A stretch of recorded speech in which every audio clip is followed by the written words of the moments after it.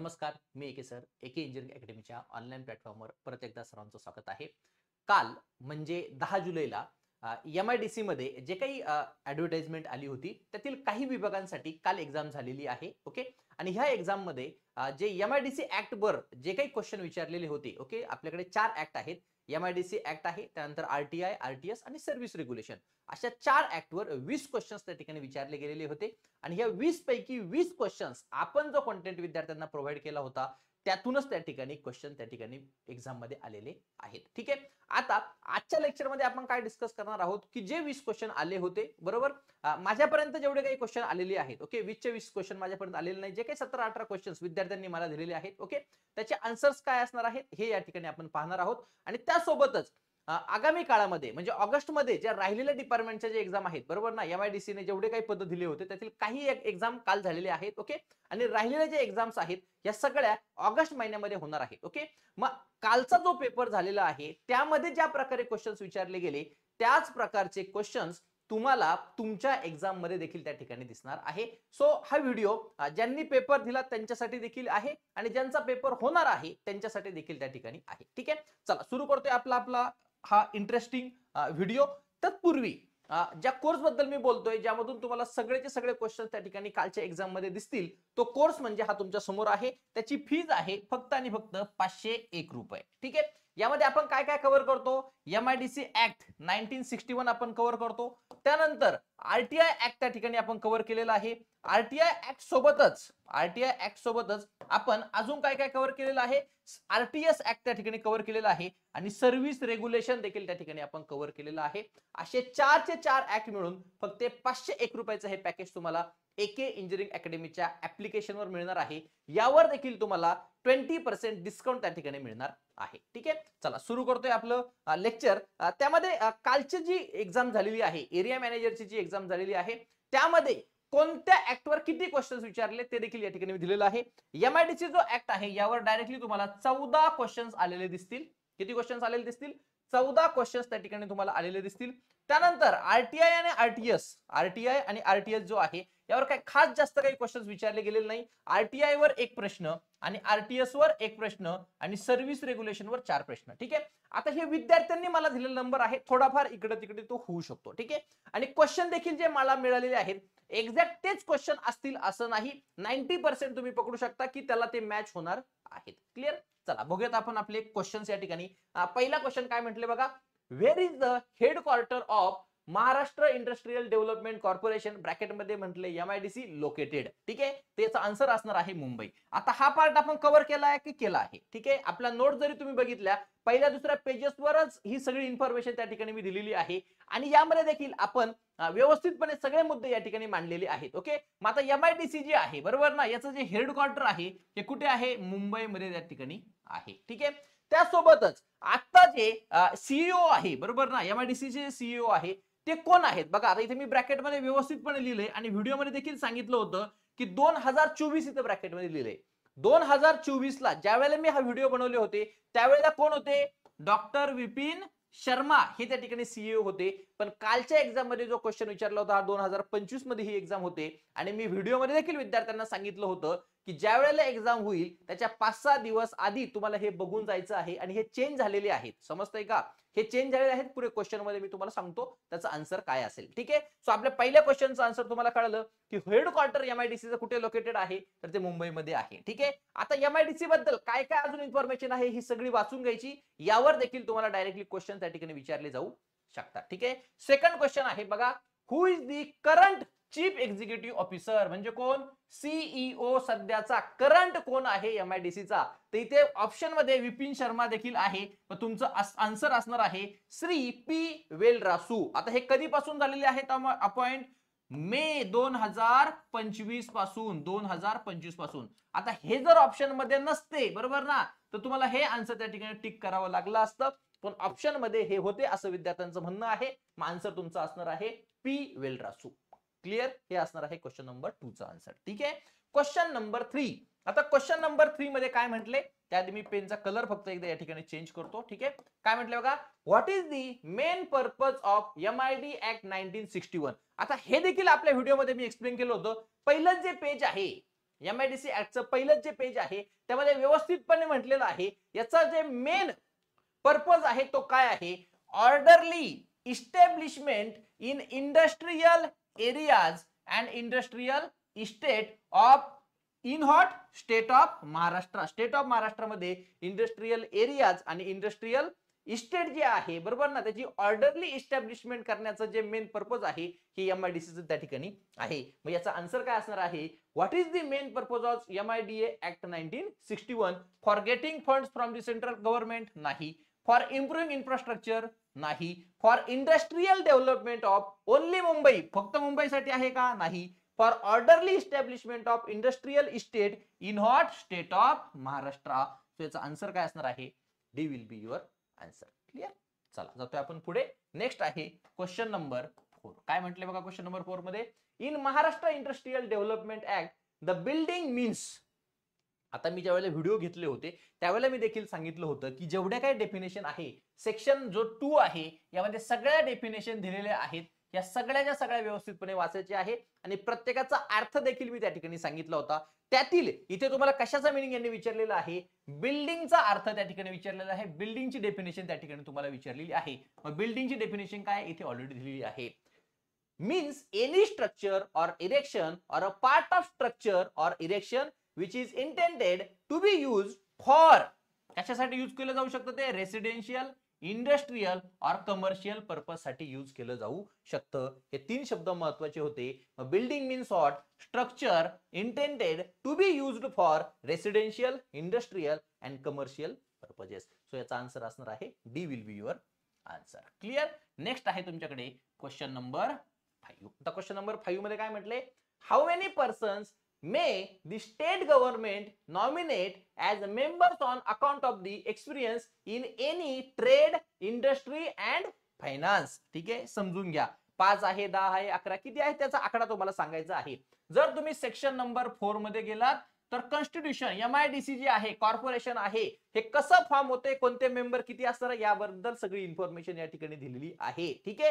त्यामधला H नंबरचा जो पॉइंट आहे त्यामध्ये क्लिअरली मेन्शन केले 6 members nominated by the state government from amongst person appearing to it to be qualified as having had experience and having shown capacity in industry, trade or finance. तर किती लोक घ्यायचे आहेत, 6 लोक त्या ठिकाणून घ्यायचे आहे. तेच तुम्हाला क्वेश्चन मध्ये विचारलेलं आहे. हा शब्द जरी लक्षात ठेवला असता तरी तुम्हाला आन्सर या ठिकाणी देता आलं असतं. सो याचं आन्सर असणार आहे 6%. ठीक आहे.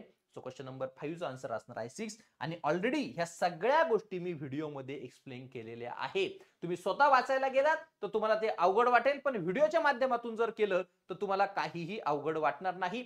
ऍज इट इज जे तुम्ही व्हिडिओ मध्ये बघतात तेच तुम्हाला एक्झाम मध्ये आठवणार आहे. भरपूर साऱ्या विद्यार्थ्यांचे रिव्ह्यूज हेच आलेले आहे. तुम्ही देखील एकदा ट्राय करू शकता. हा जो कोर्स आहे फक्त 500 रुपयामध्ये उपलब्ध आहे. त्यावर देखील 20% चा डिस्काउंट तुम्हाला एके इंजिनिअरिंग अकॅडमीच्या ऍप्लिकेशनवर त्या ठिकाणी मिळणार आहे. नंतर आहे आपल्याकडे question number 6. What is the general function of the corporation as per section 14? आता सेक्शन 14 मध्ये जी तुम्हाला पहिलं पेजवर मी तुम्हाला सांगितलं ते सेक्शन 14 मध्ये देखील त्या ठिकाणी म्हटलेलं आहे. आता सेक्शन 14 सेपरेट आहे फंक्शन साठी. क्लिअर. मग त्याचं एक पहिलं जे फंक्शन आहे या ठिकाणी म्हटलेलं आहे generally to promote and assist in the rapid and orderly establishment, growth and development of industries in state of Maharashtra. हे याचं पहिलं मेन फंक्शन त्या ठिकाणी आहे. मग तुमचं याचं आन्सर काय असणार आहे, what is the general function of the corporation as per section 14 of the MIDC act? To provide housing facility? नाही. To promote and assist in the rapid and orderly establishment, growth and development of industries in Maharashtra. So याचा answer असणार आहे बी. खालचे 2 वाचून घ्या, ते तुमचे चुकीचे असणार आहेत. नेक्स्ट आहे तुमच्याकडे question number 7. Who elect the chief executive officer of the corporation? तर याचा आन्सर असणार आहे स्टेट गव्हर्नमेंट. हे देखील आपण व्हिडिओमध्ये ऑलरेडी कव्हर केलेलं आहे. Section 16 of MIDA 1961 primary deals with which of the following matter? ठीक आहे. सो सेक्शन 16 तुमच्या समोर आहे या ठिकाणी. 16 नंबरचा जो सेक्शन आहे authentication of orders and documents of corporation. असं काही दिसतंय का? तर दिसतंय आन्सर ए तुमचं त्या ठिकाणी क्वेश्चन नंबर 8 चं असणार आहे. क्लिअर. नंतर आहे तुमच्याकडे क्वेश्चन नंबर 9. काय म्हटले बघा, as per the provision of section 22(2) of the Maharashtra Industrial Development Act 1961, if the corporation wants to increase the amount of loan it borrows, then the state government will have to take approval from whom among the following. काही tension घ्यायचं नाही, समजून घ्या. हा माझ्याकडे act आहे. किती नंबरचा ऍक्ट आहे? MIDC act 1961. त्याच्यामधला सेक्शन नंबर 22 आहे आणि त्याचं नाव आहे power of corporation to borrow. म्हणजे कॉर्पोरेशन लोन घेऊ शकतो. बॉरो करणं म्हणजे काय? उसनं घेणं किंवा लोन घेऊ शकतो. कोण घेऊ शकतो लोन त्या ठिकाणी? कॉर्पोरेशन लोन घेऊ शकतं. ठीक आहे. मग आता कसं घेऊ शकतो, त्यासाठी काय द्यावं लागतं हे सगळं इथे सांगितले. पण हा पॉइंट आपल्यासाठी इम्पॉर्टंट आहे. किती लोन घेऊ शकतं कॉर्पोरेशन? तर ते घेऊ शकतं ₹75 करोड. 75 करोड. MIDC साठी काही फार मोठी अमाऊंट नाही. तेवढं लोन MIDC सेल्फ त्या ठिकाणी घेऊ शकतं स्टेट गव्हर्नमेंटच्या परमिशनने.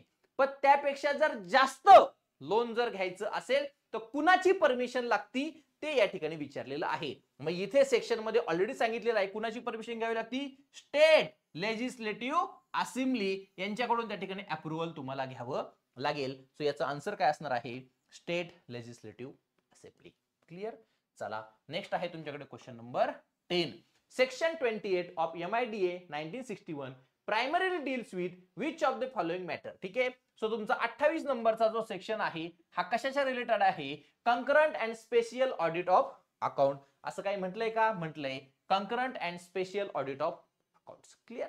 चला नेक्स्ट आहे क्वेश्चन नंबर 11. काय म्हटले क्वेश्चन नंबर 11 मध्ये समजून घ्या. As per the provisions of section 33(2) section 33(2) मध्ये जे म्हटलेलं आहे of the MIDA 1961, the amount of compensation is to be determined in accordance of agreement between which of the following. काही टेन्शन घेऊ नका. इकडे बघा 33 नंबरचा सेक्शन तुमच्या समोर इथे ठेवलेला आहे आणि त्याचं नाव आहे कॉम्पेन्सेशन. हे देखील विचारलं जाऊ शकतं. ठीक आहे. समजून घ्या. MIDC ला काही जागा पाहिजे. ठीक आहे. सपोज ती माझी जागा आहे. ठीक आहे. मग MIDC ती जागा फ्री मध्ये घेईल का? तर अजिबात नाही. मला काहीतरी त्याचा मोबदला देईल किंवा मला काहीतरी कॉम्पेन्सेशन देईल.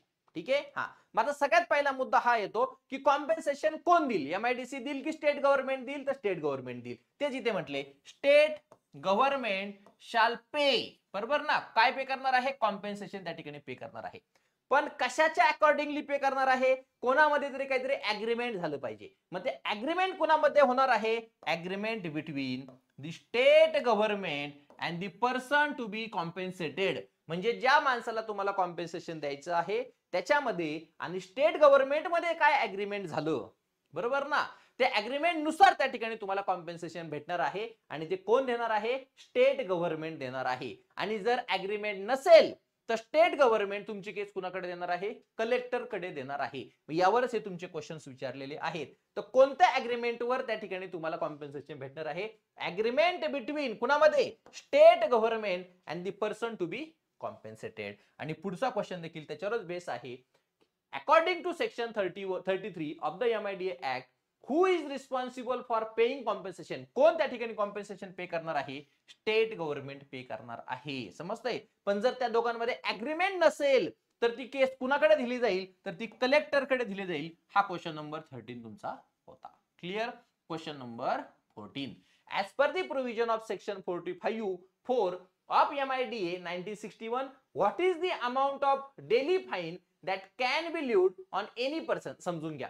45 नंबरचा जो सेक्शन आहे, 45 नंबरचा जो सेक्शन आहे यामध्ये असं सांगितलेलं आहे की कोणतीही इलिगल ऍक्टिव्हिटी किंवा एखादी बिल्डिंग होत असेल तिला थांबवायचं, ते कुठे बोललेलं आहे? 45 सेक्शन मध्ये बोललेलं आहे. पण असं जर कुणी ऐकत नसेल, बरोबर ना, जो व्यक्ती बिल्डिंग बांधतोच आहे, ज्या दिवशी तुला नोटीस भेटली त्यापासून जितके दिवस त्यांनी ऐकलेलं नाही त्या प्रत्येक दिवसासाठी किती फाईन लागेल हे यांनी सांगितलेलं आहे. Up to 200 rupees per day. प्रत्येक दिवसासाठी एवढा फाईन त्या ठिकाणी लागणार आहे. याबद्दल क्वेश्चन तुम्हाला विचारला होता आणि हे देखील आपण ऑलरेडी सगळं आपल्या व्हिडिओ कोर्स मध्ये आपण डिस्कस केलेलं आहे. चला क्वेश्चन नंबर 15. आता इथून पुढचे 3-4 क्वेश्चन आहेत हे सर्व्हिस रेग्युलेशन वर आहेत. ओके. आता सर्व्हिस रेग्युलेशन आपण जरी वरच्यावर घेतला होता पण त्यातीलच क्वेश्चन तुम्हाला एक्झाम मध्ये विचारलेले आहेत, त्या बाहेरचे क्वेश्चन विचारलेले नाहीत. काय म्हटले? Within what time period must an employee satisfy the prescribe physical standard after first appointment. बघा, सपोज माझं MIDC मध्ये सिलेक्शन झालं, ठीक आहे, आणि मला आता अपॉइंटमेंट भेटली, ठीक आहे. सो त्यांच्या काही रूल्स आहेत की तुम्हाला फिजिकल काही स्टँडर्ड दिलेले आहेत की ते तुम्हाला मेंटेन ठेवावे लागतील. ओके, मग त्याच्यासाठी तुम्हाला टाइम पिरियड दिलेला आहे. 3 महिन्याच्या आत तुम्हाला ते फिजिकली जे काही तुम्हाला गोष्टी सांगितलेल्या आहेत ते तुम्हाला प्रोव्हाइड करायचे आहेत. मग तोच क्वेश्चन आहे, किती दिवसाच्या आत तुम्हाला ते प्रोव्हाइड करायचे आहेत? तर विदिन 3 मंथ्स. क्लिअर? हे देखील आपण आपल्या जे नोट्स तुम्हाला शॉर्ट नोट्स दिल्या होत्या त्यामध्ये देखील त्या ठिकाणी दिलं होतं, physical fitness. Okay, within 3 months, 3 महिन्याच्या आत तुम्हाला त्या ठिकाणी ते प्रोव्हाइड करायचं आहे. क्लिअर? नेक्स्ट आहे question number 16. As per section 44. आता हे सेक्शन म्हणलं नाही पाहिजे, ऍक्च्युली हे रेग्युलेशन आहे, सर्व्हिस रेग्युलेशन आहे. Okay, regulation. As per regulation 44, what is the minimum notice period required for an employee in foreign service to revert to its corporation और to be record? काही tension घेऊ नका. इकडे बघा, section तुमचं जे रेग्युलेशन आहे 44 नंबरचं, ठीक आहे, हा समजून घ्या. 44 नंबरच बोललोय का? हा, सेक्शन 44 नंबरचं जे आहे, हा आता समजून घ्या. तुमचं जे कॉर्पोरेशन आहे हे तुम्हाला फॉरेन सर्व्हिस मध्ये पाठवू शकतं. ओके, पण जर तुम्हाला परत रिटर्न यायचंय तर त्यासाठी तुम्हाला नोटीस पिरियड द्यावा लागतो. तो किती महिन्याचा द्यावा लागतो? तर तो द्यावा लागतो तुम्हाला 3 महिन्याचा नोटीस पिरियड त्या ठिकाणी सर्व करावा लागतो, किंवा 3 महिन्याची तुम्हाला नोटीस त्या ठिकाणी द्यावी लागते. एवढं शॉर्ट मध्ये तुम्हाला या ठिकाणी लिहून दिलं होतं आणि त्यावर डायरेक्टली क्वेश्चन त्या ठिकाणी विचारला गेलेला आहे. क्लिअर? नंतर आहे तुमच्याकडे 17 नंबरचा क्वेश्चन. ऍज पर सेक्शन 19 किंवा regulation 19, what must an employee do before quitting the service of the corporation? जर एखाद्याला जॉब सोडायचा असेल, बरोबर ना, हे 19 म्हटले, 19 देखील या ठिकाणी मी दिलेलं आहे, एवढ्या शॉर्ट फॉर्म मध्ये दिलं होतं. समजून घ्या की तुम्हाला जर एखादी सर्व्हिस म्हणजे एखाद्याला कॉर्पोरेशनचा जॉब सोडायचा आहे, मग त्याला काय करावं लागतं? एक तर त्याला 1 महिन्याचा नोटीस पिरियड द्यावा लागतो, किंवा 1 महिन्याची तुला काय द्यावी लागते? सॅलरी त्या ठिकाणी द्यावी लागते. मग क्वेश्चन मध्ये विचारले की तुम्हाला काय करावं लागतं? त्याचा आन्सर असणार आहे सी नंबरचा आन्सर असणार आहे, गिव्ह 1 मंथ नोटीस और पे सॅलरी ऑफ 1 मंथ. किंवा 1 महिन्याची सॅलरी किंवा 1 महिन्याचा तुम्हाला नोटीस पिरियड त्या ठिकाणी द्यावा लागतो. ठीक आहे. आणि एक लास्ट क्वेश्चन या ठिकाणी माझ्याकडे आलेला आहे, फक्त आरटीआय किंवा आरटीएस चा क्वेश्चन आहे. काय म्हटले? Under the right to service act who acts as a first appeal authority. आता याचा अर्थ समजून घ्या की तुम्हाला एखादी इन्फॉर्मेशन पाहिजे, बरोबर, एखादी सर्व्हिस पाहिजे गव्हर्नमेंट कडून. ओके, आणि त्याला तुम्ही रिक्वेस्ट केलेली आहे, पण तुम्हाला म्हणावं असं उत्तर त्याचं मिळालं नाही, किंवा तुम्हाला त्याचं काहीच अपडेट मिळालं नाही. मग तुम्ही त्याचं अपील करू शकता. तर ते अपील कोणाकडे करू शकता? तो फर्स्ट अपीलेट अथॉरिटी कोण आहे? तर तो असणार आहे head of the department. Clear? So नक्की हा कोर्सचा फायदा घ्या. 500 रुपये फक्त फी आहे. फक्त 12-13 तासामध्ये चारीचे चारी ऍक्ट त्या ठिकाणी कंप्लीट केलेले आहे. हार्डली 3-4 दिवस तुम्हाला लागतील फक्त प्रिंट आउट काढायच्यात, आणि जे सांगितले त्यावर फक्त तुम्हाला हायलाइट करत त्या ठिकाणी चालायचं आहे. त्या बाहेर तुम्हाला क्वेश्चन एक्झाम मध्ये दिसणार नाही. ठीक आहे. आता जे क्वेश्चन्स आहे हे विद्यार्थ्यांकडून मला क्वेश्चन आलेले आहे, यामध्ये थोडाफार बदल त्या ठिकाणी असू शकतो, पण त्याच रिलेटेड असेच क्वेश्चन तुम्हाला पुढच्या एक्झाम मध्ये देखील त्या ठिकाणी दिसणार आहेत. काही डाऊट असेल तर खाली कमेंट बॉक्स मध्ये तुम्ही कमेंट करू शकता. भेटूयात पुढच्या लेक्चर मध्ये. Thank you so much.